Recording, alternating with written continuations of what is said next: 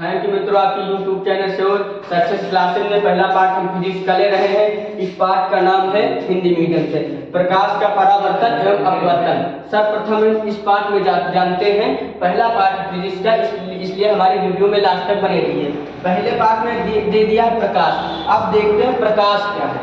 सबसे पहले हम बात करते हैं प्रकाश की, कृपया आखिर तक बने रहिए। प्रकाश एक ऐसा माध्यम है जिसके द्वारा हम वस्तुओं को देख पाते हैं। अब जैसे हम बात करें प्रकाश की, तो प्रकाश के गुण आ जाते हैं जो कि परीक्षाओं के लिए अत्यंत इंपॉर्टेंट है। ठीक, अब देखिए प्रकाश का परिभाषा आप लिख सकते हैं, ऐसा माध्यम है जैसे कोई ये मार्कर है, ये मार्कर पर अगर प्रकाश की किरणें पड़ेगी तभी तो हमारी नजर इसे हम देख पाएंगे, अन्यथा नहीं। इसलिए हम प्रकाश की परिभाषा लिख सकते हैं, प्रकाश एक ऐसा माध्यम है जिसके द्वारा हम वस्तुओं को देख पाते हैं, उसे हम प्रकाश कहते हैं। ठीक, अब नंबर 2 पर आ जाते हैं। प्रकाश लिख दे रहे हैं एक ऐसा माध्यम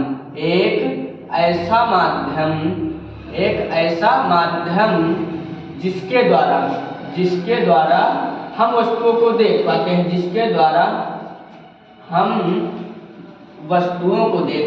वस्तुएं कोई भी वस्तु हो, जैसे हम वस्तुओं को देख पाते हैं। ठीक, अब बात करते हैं प्रकाश हो गया। और पेपर में 2 चीज पूछेगा, हमेशा प्रकाश के गुण पूछता है। अब प्रकाश के गुण क्या हैं? नंबर दूसरी हेडिंग प्रकाश के गुण। मैं जिस पर स्टार बनाऊंगा वो परीक्षाओं के लिए ज्यादा इंपॉर्टेंट होगी, कृपया ध्यान से बने रहिए हमारे चैनल के साथ। अब प्रकाश के गुण,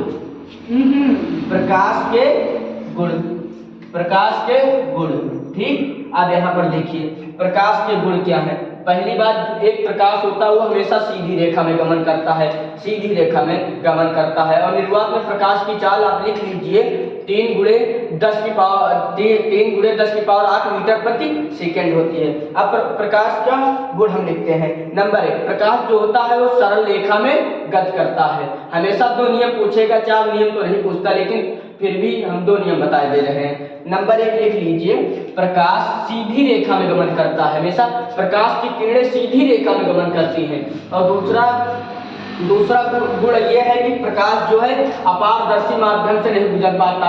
जैसे हम एक दर्पण लेते हैं, दर्पण के पीछे पॉलिश कलई लगा रहता है। जैसे मैंने दर्पण लिया तो इसके लिए पीछे कलई लगा हुआ है, तो प्रकाश इस पार से उस पार नहीं जा पाएगा, जिस माध्यम जाएगा उसी माध्यम से वापस लौट आएगा।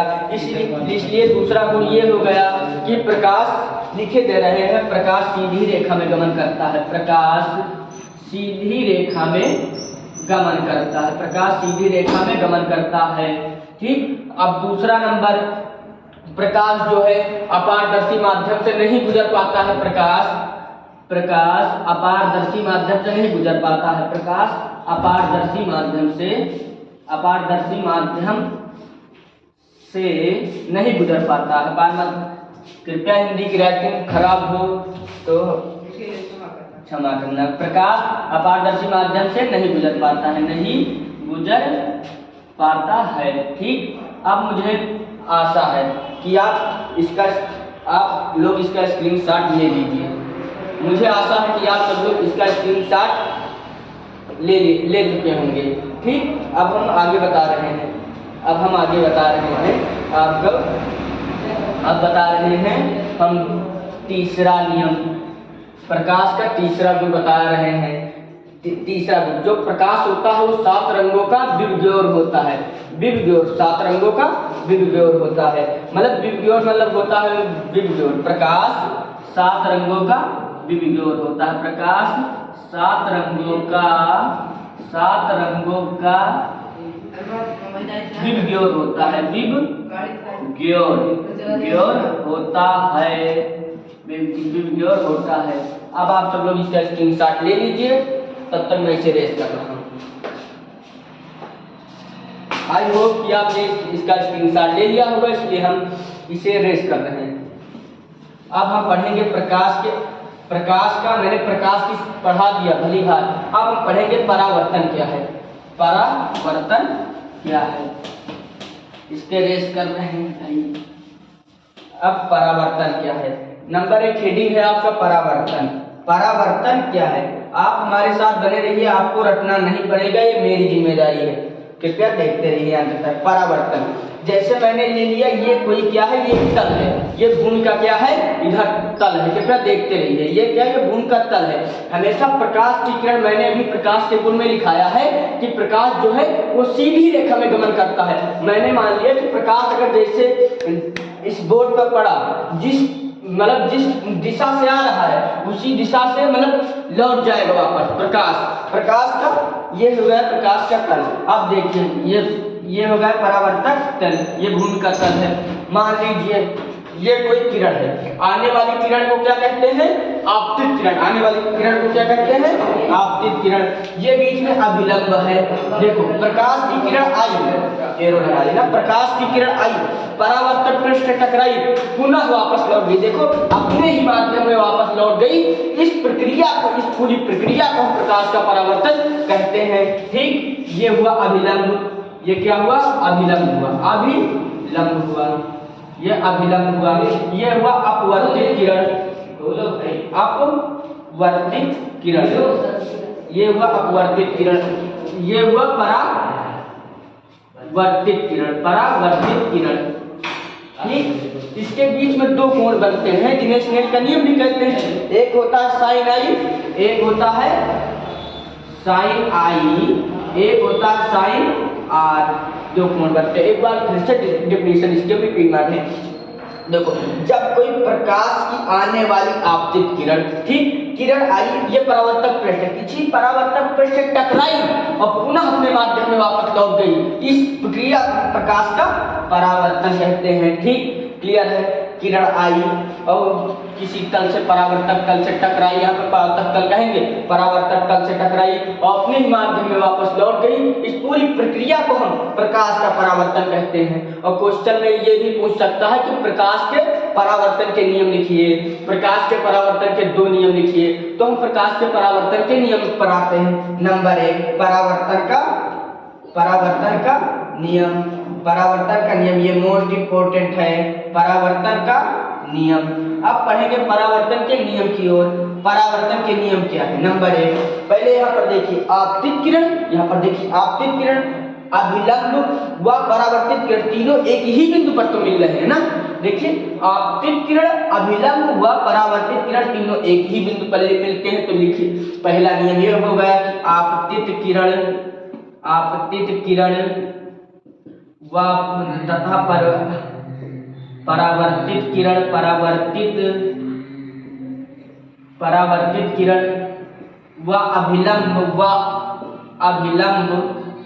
व अभिलंब तीनों एक ही बिंदु पर मिलते हैं। तीनों एक ही बिंदु पर मिलते हैं। तीनों एक ही बिंदु पर मिलते हैं। पहला नियम ये होगा, मैंने लिखा दिया, कृपया मेरी राइटिंग के ऊपर न जाइए। अब दूसरा नियम एग्जाम में बोल देगा कि परावर्तन किसे कहते हैं, और बहुत इंपॉर्टेंट है परीक्षा के लिए। उसके दो नियम लिखिए। अब दूसरा नियम कोणों का नियम। इस एक कोण को कहते हैं आपतन कोण, एक कहते हैं परावर्तन कोण। यहाँ पर लिखना होगा नंबर 2 लिखना होगा आपतन कोण बराबर परावर्तन कोण। आपतन कोण बराबर परावर्तन कोण। कृपया आप सब लोग नोट करते रहिए। आपतन कोण बराबर परावर्तन कोण। मैंने दोनों नियम लिख दिए। मैंने परावर्तन समझा दिया, जब कोई प्रकाश की आने वाली आपतित किरण किसी परावर्तक तल से टकराती है और उसी ही माध्यम में वापस लौट जाती है, उस पूरी प्रक्रिया को हम प्रकाश का परावर्तन कहते हैं। और प्रकाश का परावर्तन कहते हैं। परावर्तन हो गया। अब मैंने इसके नियम दो बता दिए, दो नियम बता दिए। दो नियम कौन कौन से? नंबर 1, अपवर्तित किरण, अभिलंब व परावर्तित किरण तीनों एक ही बिंदु पर मिलते हैं। और दूसरा नियम मैंने बताया कि आपतन कोण बराबर परावर्तन कोण। यहाँ पर लिख सकते हैं साइन आई बराबर साइन आर भी लिख सकते हैं। ठीक, अब आप लोग इसका स्क्रीनशॉट ले लीजिए।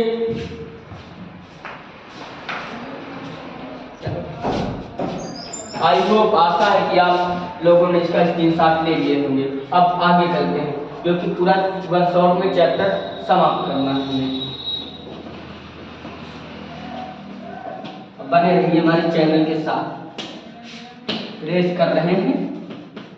अब तीसरी हेडिंग हम आपको पढ़ाएंगे, प्रकाश का परावर्तन बता दिए, उनके एग्जाम में आया था इसलिए मैंने एक स्टार बना दिया और उसके नियम भी बता दिए। अब उसके बाद हम बताने जा रहे हैं प्रतिबिंब। नंबर 2 है क्या है? प्रतिबिंब। प्रतिबिंब पहले जान लीजिए दर्पण क्या है। दर्पण, दर्पण 3 प्रकार के होते हैं। दर्पण कितने प्रकार के होते हैं? 3 प्रकार के। दर्पण 3 प्रकार के होते हैं। 3 प्रकार के होते हैं। दर्पण 3 प्रकार के होते हैं। नंबर 1 कौन सा? नंबर 1 होता है अवतल दर्पण। अवतल दर्पण, अवतल दर्पण। नंबर 2 उत्तल दर्पण। नंबर 2 उत्तल दर्पण। नंबर 3 समतल दर्पण। देखिए समतल दर्पण का आपकी प्रश्न दिए हैं आपकी किताब में, लेकिन एग्जाम के लिए मेरे हिसाब से तो नहीं आएगा, ये इंपॉर्टेंट नहीं है, लेकिन कृपया हम वो भी बता देंगे। नंबर 3 समतल दर्पण, अगले वीडियो में समतल दर्पण। कृपया आप सब जो मैं जो बता रहा हूँ कॉपी कर लेकर नोट करें, इसे नोट करते रहिए। अब बने रहिए हमारे चैनल के साथ, आगे देखिए। मैंने दर्पण पढ़ा दिया। अब 3 प्रकार के दर्पण होते हैं। अब पहला दर्पण लेता हूँ मैं अवतल दर्पण। अवतल दर्पण किसे कहते हैं? परिभाषा आपसे पूछेगा, अवतल दर्पण किसे कहते हैं?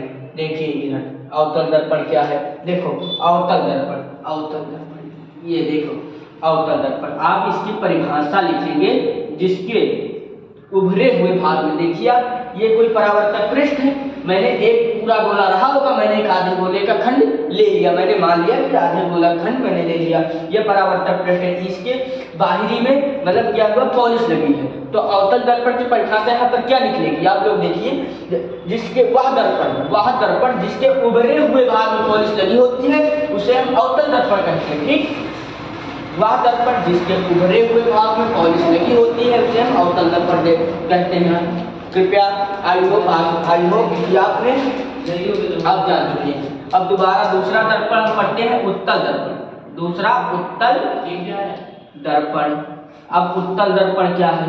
देखिए उत्तल दर्पण, उत्तल दर्पण की सेम इससे अपोजिट परिभाषा है। देखिए कैसे, जिस वह दर्पण लिखेंगे परिभाषा, वह दर्पण जिसके धसे हुए भाग में पॉलिश लगी होती है उसे उत्तल दर्पण कहते हैं।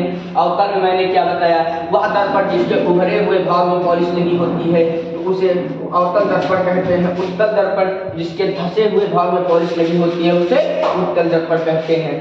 अब बात करते हैं समतल दर्पण की, हम अगले वीडियो में बात करेंगे, क्योंकि समतल दर्पण सिलेबस में ही है नहीं, इसलिए वीडियो ज़्यादा बड़ा जाएगा, इसलिए हम इसे अगले वीडियो में लेकर आएंगे। अब इसका स्क्रीनशॉट ले लीजिए।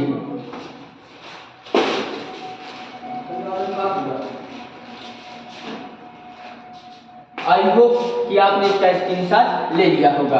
अब हम इसे रेस कर रहे हैं। अब हम पढ़ेंगे अवतल दर्पण द्वारा प्रतिबिंब का बनना, पढ़ेंगे अवतल दर्पण द्वारा प्रतिबिंब का बनना। ठीक, अब बने रहिए हमारे वीडियो के साथ। हम ऐसी ट्रिक बता देंगे प्रतिबिंब मतलब वक्रता के प्रतिबिंब कहाँ बनेगा कि आप कभी नहीं भूलेंगे, जिंदगी भर नहीं भूलेंगे। कृपया हमारे चैनल के साथ बने रहिए। अगर चैनल अच्छा लगे तो सब्सक्राइब कर दीजिए प्लीज। अब देखिए इधर, यहाँ पर हम पहले अवतल दर्पण की बात कर रहे हैं। मान लिया यहाँ पर F है और यहाँ पर C है। ठीक, पहले हम जान लेते हैं फोकस दूरी, मतलब F फोकस दूरी, वक्रता, त्रिज्या, ये सब है क्या। ठीक, तो हम बात को पढ़ेंगे प्रतिबिंब, 6 प्रकार से प्रतिबिंब का बनना हम बता देंगे। पहले इसके पहले टॉपिक हम ये जान लेते हैं। अब नंबर 1 C और F, मतलब ये C ये क्या है? वक्रता, त्रिज्या, ये क्या है? फोकस। अब नंबर 1 परिभाषा लेते हैं, वक्रता त्रिज्या किसे कहते हैं? वक्रता त्रिज्या किसे कहते हैं? वक्रता त्रिज्या क्या है? देखिए आप ध्यान से हमारे वीडियो में बने रहिए। वक्रता त्रिज्या, देखिए ये कोई गोले का परावर्तक, ये गोले का कोई आधा भाग है ना, मतलब पहले ये कोई पूरा गोला रहा होगा, उसमें का आधा गोला काट लिया होगा ना। लिखेगी परिभाषा कि परावर्तक पृष्ठ, ये क्या है? परावर्तक पृष्ठ, मैंने इसको काट लिया था पूरे गोले से। परावर्तक पृष्ठ जिस गोले का भाग है उसी के केंद्र को वक्रता त्रिज्या कहते हैं। क्लियर परिभाषा एक बार फिर से रिपीट करा। देखिए ये परावर्तक पृष्ठ है, ये पहले किसी गोले का भाग रहा होगा ना, ये मतलब ये पहले किसी गोले का तो भाग रहा होगा। जैसे ये मारकर ये टूट जाए तो ये जब इसे हम देखेंगे तो पहले तो ये किसी टुकड़े का भाग रहा होगा तभी तो टूटा होगा, इसलिए इसी में हम करते हैं। ये परावर्तक पृष्ठ लिखेंगे, परावर्तक पृष्ठ जिस गोले का भाग है उसी के केंद्र को वक्रता त्रिज्या कहते हैं। परिभाषा क्लियर। परावर्तक पृष्ठ है जिस गोले का भाग किसी गोले का भाग रहा होगा उसी के केंद्र को वक्रता त्रिज्या कहते हैं। अब हम दूसरी डेफिनेशन देखते हैं। दूसरी डेफिनेशन हम देखते हैं मुख्य अक्ष किसे कहते हैं। मुख्य अक्ष किसे कहते हैं? मुख्य अक्ष यहाँ पर होता है पी, पेल माने क्या होता है? ध्रुव, ये होता है। ठीक, आप पढ़ेंगे मुख्य अक्ष। अब देखिए मुख्य अक्ष क्या है। मुख्य अक्ष देखिए क्या है। देखिए ये जो एक लाइन बनी है पी और सी, इसे कहते हैं वक्रता त्रिज्या, इसे कहते हैं ध्रुव। ठीक, अब देखिए इधर सी व पी से, देखिए रेखा है सी व पी से गुजरने वाली रेखा को मुख्य अक्ष कहते हैं। देखिए इधर ध्यान से बने रहिए, सी व पी से गुजरने वाली रेखा को हम मुख्य अक्ष कहते हैं। तीसरी परिभाषा फोकस दूरी। आपकी किताब में परिभाषा दी होगी, लेकिन मैं उम्मीद करता हूं कि आप मेरा वीडियो देखकर उन परिभाषा को रटेंगे नहीं। नंबर 3 फोकस दूरी। नंबर 3 फोकस दूरी। अब देखिए फोकस दूरी क्या है। फोकस दूरी P, देखिए यहाँ पर P और F और P के बीच की दूरी को, इसकी बीच की दूरी को, P और F के बीच की दूरी को हम फोकस दूरी कहते हैं।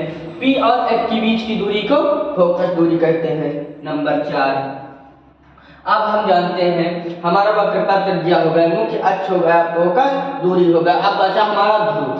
ध्रुव किसे कहते हैं? वेरी इंपॉर्टेंट क्वेश्चन, इसके ऊपर 1 स्टार तो भाई मेरा बनता है, क्योंकि ये परीक्षा में 1 नंबर का पूछ लिया जाता है। अब ध्रुव देखो, ये मध्य बिंदु है ना, ये मध्य बिंदु है परावर्तक पृष्ठ का, तो यही तो है ध्रुव।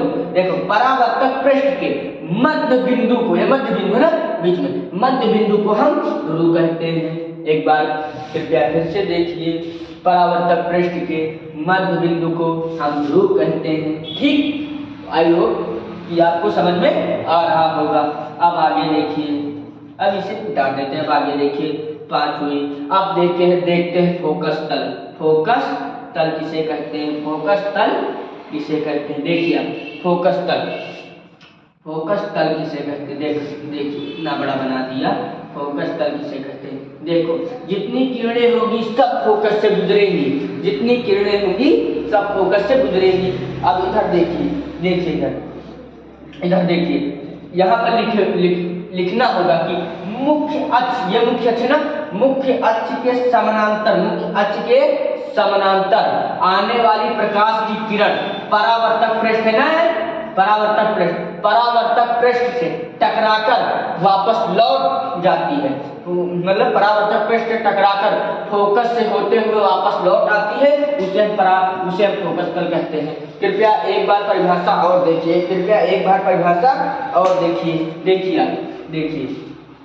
सी है। ठीक, मतलब ये है। देखिए ये पूरा मुख्य अक्ष, अभी मैंने क्या बताया आपको, सी व पी से गुजरने वाली रेखा को हम मुख्य अक्ष कहते हैं। तो सी, अब फोकस तल देखिए, मुख्य अक्ष के समानांतर, देखिए ये इसके समांतर, जैसे कोई कहे ये रेखा के समांतर बोले तो समरूप, सिमिलर, जिसे इंग्लिश में कहते हैं सिमिलर माने समरूप।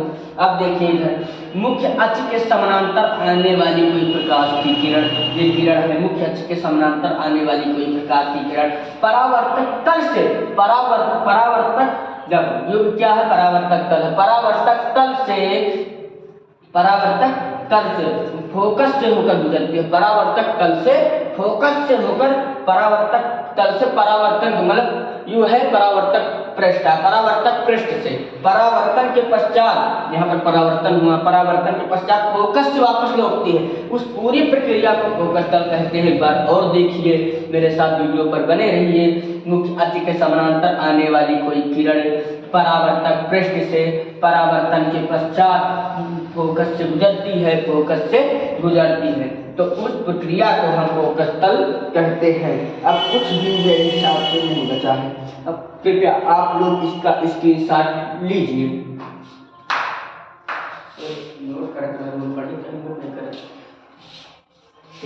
आई होप कि आपने इसका स्क्रीनशॉट ले लिया होगा। अब हम चलते हैं अगले टॉपिक पर। अब हम चलते हैं अगले टॉपिक पर। अगला टॉपिक हमारा क्या है?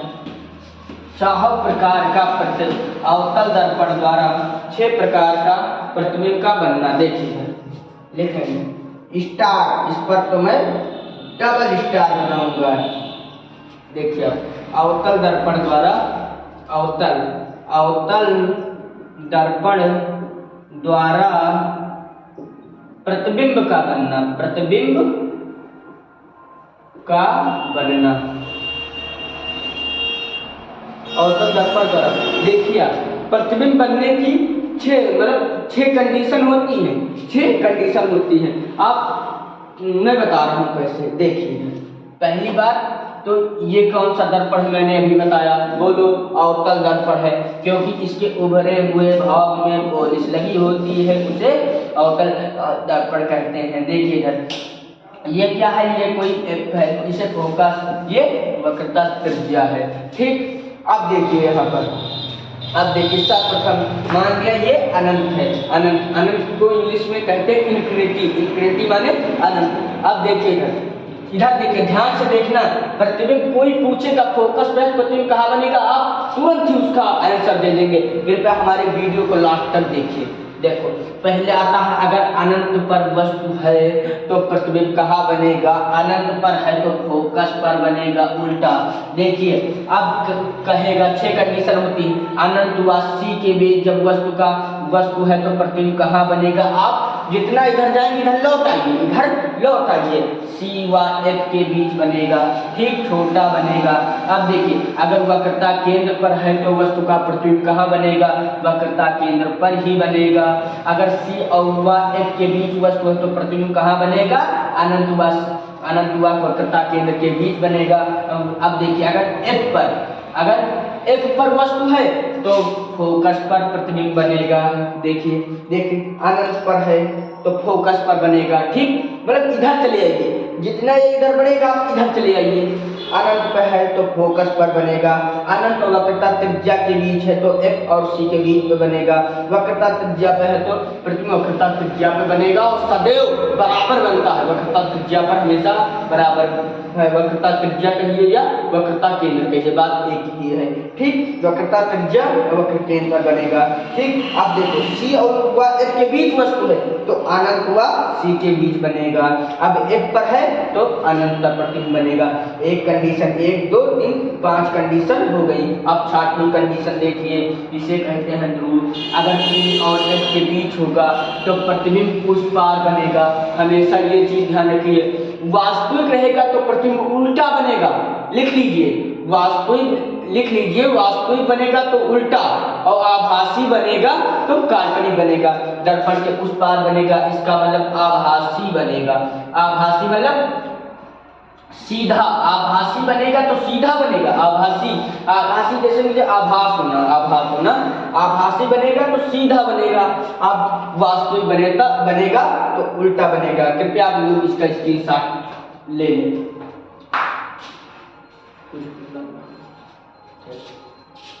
आई होप कि आप लोगों ने इसका स्क्रीनशॉट ले लिए होंगे। अब हम बताने जा रहे हैं 6 प्रकार से अवतल दर्पण का प्रतिबिंब का बनना, ठीक है। अब देखिए हम इसे रेस करने जा रहे हैं।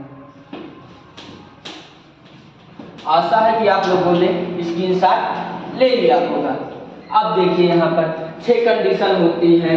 मैंने पहली कंडीशन बताई है कि यदि वस्तु अनंत पर हो, पहली कंडीशन ये लेते हैं, वस्तु जो है ऑब्जेक्ट अनंत पर हो, वस्तु अनंत पर हो, ऐसे चिन्ह बना देते हैं तो इसे हम अनंत पर दर्शाते हैं, इसे इंग्लिश कहते हैं इन्फिनिटी। वस्तु अनंत पर हो तो प्रतिबिंब कहाँ बनेगा, देखो यार अवतल दर्पण द्वारा हम बात कर रहे हैं प्रतिबिंब बनने का, ठीक। यहाँ पर पॉलिश लगा दी मैंने।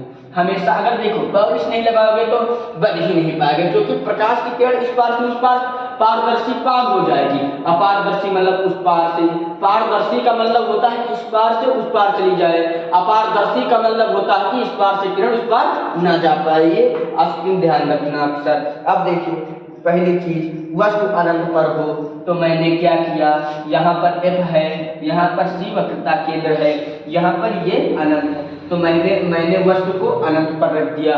तो ये आप लोगों को पता है कि सारी किरणें मुख्य अक्ष के समानांतर आती हैं और फोकस से गुजरती हैं, तो मैंने इसे मुख्य अक्ष के समानांतर डाला और फोकस से गुजरा। आप लोग पेन बनाइएगा तो बढ़िया बनेगा, मैं ऐसे बोर्ड पर बना रहा हूँ, मुझसे गलती हो सकती है, कृपया क्षमा करिए।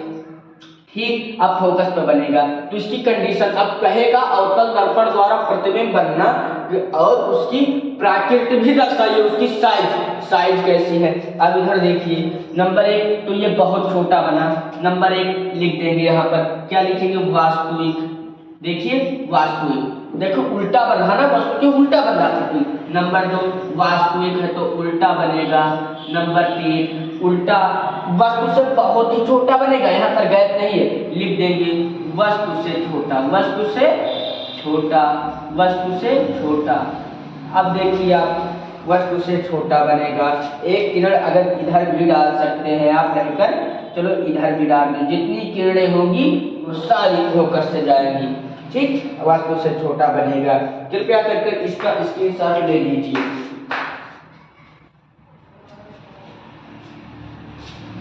आई होप कि आपने इसका स्क्रीनशॉट ले लिया होगा। कृपया बने रहिए हमारे चैप्टर के साथ। अब हम दोबारा देंगे कि जब वस्तु अनंत व C के बीच हो, जब मतलब अनंत व वक्रता केंद्र के बीच हो, छोटा बना रहे क्योंकि हमें बार बार रेस करना पड़ता है, इतना बड़ा, कृपया आप लोग समझ जाइएगा। ये है F, ये है C, बड़ा बना दे भाई, नहीं कहोगे दिखता नहीं है, इसलिए बड़ा बना रहे हैं, बड़ा बना रहे हैं। देखिए अब ठीक दिखेगा, देखिए ये क्या होगा, F होगा। ठीक, ये होगा C वक्रता केंद्र होगा, ये इन्फिनिटी होगा, इन्फिनिटी। अब मैंने बात दूसरी कंडीशन कही है, दूसरी कंडीशन ये है कि दूसरी कंडीशन ये है वस्तु अनंत पर थी, वस्तु अनंत व C के बीच हो, C के बीच हो, अनंत छाव प्रभाव प्रतिबिंब हम बताएंगे, अनंत व C के बीच हो, तो मैंने मुख्य अक्ष के समानांतर डाली और फोकस से गुजरी। मैंने आप लोगों से बताया था कि सारी रेखाएं मतलब सारी किरणें फोकस से ही गुजरेंगी। ठीक, अब दूसरी देखिए, दूसरी गुजरेगी हमारी वक्रता केंद्र से। मैंने बताया था ना अनंत और C के बीच रहे वस्तु, तो देखिए वहीं पर तो बन रहा है। अब ये कैसा होगा प्रतिबिंब, बने रहिए हमारे चैनल के साथ। नंबर 1 वास्तविक होगा, जब देखिए वास्तविक बनेगा प्रतिबिंब तो उल्टा बनेगा, ये आप लोग जान चुके हैं। जब उल्टा बनेगा देखिए वस्तु से छोटा बनेगा, क्योंकि प्रतिबिंब इधर देखिए वस्तु से छोटा बनेगा, वस्तु से छोटा बनेगा, वस्तु से छोटा बनेगा। कृपया आप इसका स्क्रीनशॉट ले लीजिए।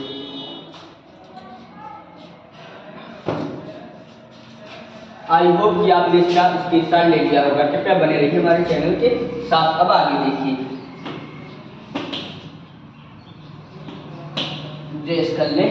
अब देखिए यहाँ पर देखिए, अब मैंने तीसरी कंडीशन की बात ये करी, तीसरी मैंने कहा था ये हो गया हमारा F, ये हो गया C, दीवारा मैंने अनंत पर रखी, अनंत व C के बीच। अब जब वस्तु C पर हो, वस्तु जो है वो तीसरा नंबर है ना, वस्तु जो है केंद्र वक्रता केंद्र C पर हो। अब देखिए आगे, जब वस्तु यहाँ पर रहेगी तो मुख्य अक्ष के समानांतर जाएगी भाई और फोकस से होकर गुजरेगी। एक फिर किरण दूसरी भी फोकस से जाएगी, फोकस पर जाएगी और यहाँ पर काटेगी। देखिए मेरा हल्का सा तिरछा बन गया, तिरछा नहीं मतलब आप लोग बनाइएगा बढ़िया बन जाएगा, लेकिन मैंने वहीं पर दर्शा दिया।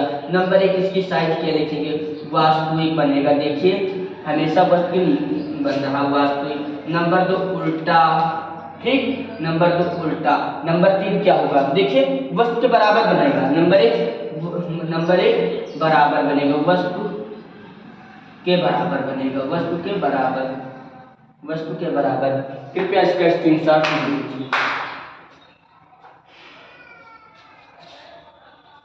आई होप कि आपने इसका स्क्रीनशॉट ले लिया होगा। कृपया बने रहिए हमारे चैनल के साथ। अब हो गया, अब हम बताया जा रहे हैं जब C व F के बीच हो वस्तु, वस्तु जब कृपया आप इसे सीख लीजिएगा। बोर्ड 2024 के मायने में बहुत इम्पोर्टेंट है। ठीक है, अब देखिए इधर ये क्या हुआ, सी है, ये एफ है।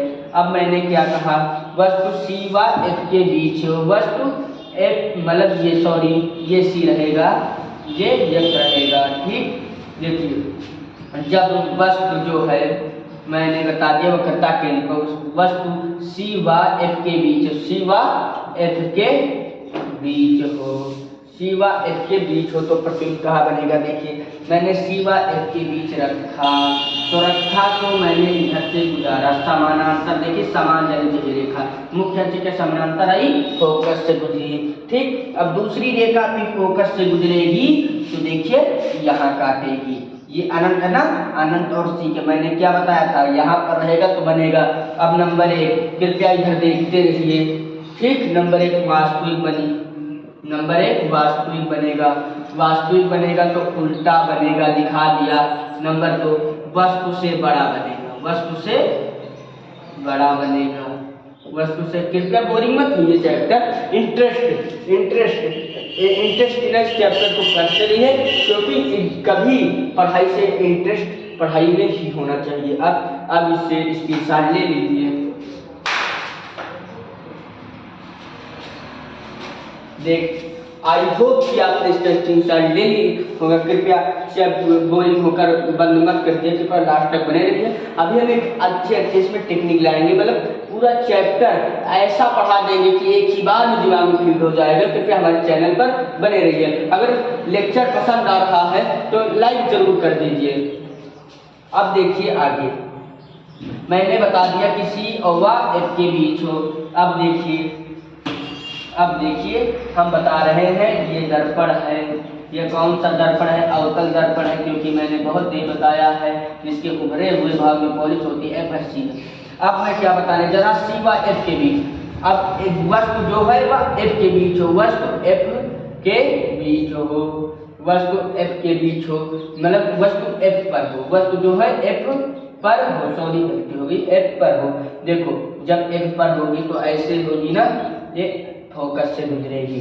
मैंने क्या बताया, सॉरी सही खींच लेना तुम लोग, ये फोकस से होकर गुजरेगी। अब देखिए दोबारा किधर होगी, दोबारा वक्रता केंद्र से होकर ये देखे गुजरेगी। ठीक, दोबारा ये वक्रता केंद्र से होकर गुजरेगी। देखिए ये आपस में क्या है, समांतर रेखा है, समांतर रेखा है, एक दूसरे को कभी नहीं काटेगी, ये सीधा ही चलेगा। अब लिखो नंबर 1 वास्तविक बनेगा, नंबर 2 उल्टा बनेगा, नंबर 2 उल्टा बनेगा। देखिए जब वास्तविक बनेगा तो उल्टा बनेगा। अब नंबर 3 क्या लिखोगे, अनंत पर, प्रतिबिंब अनंत पर बनेगा, प्रतिबिंब अनंत पर। कृपया वीडियो रोक दें।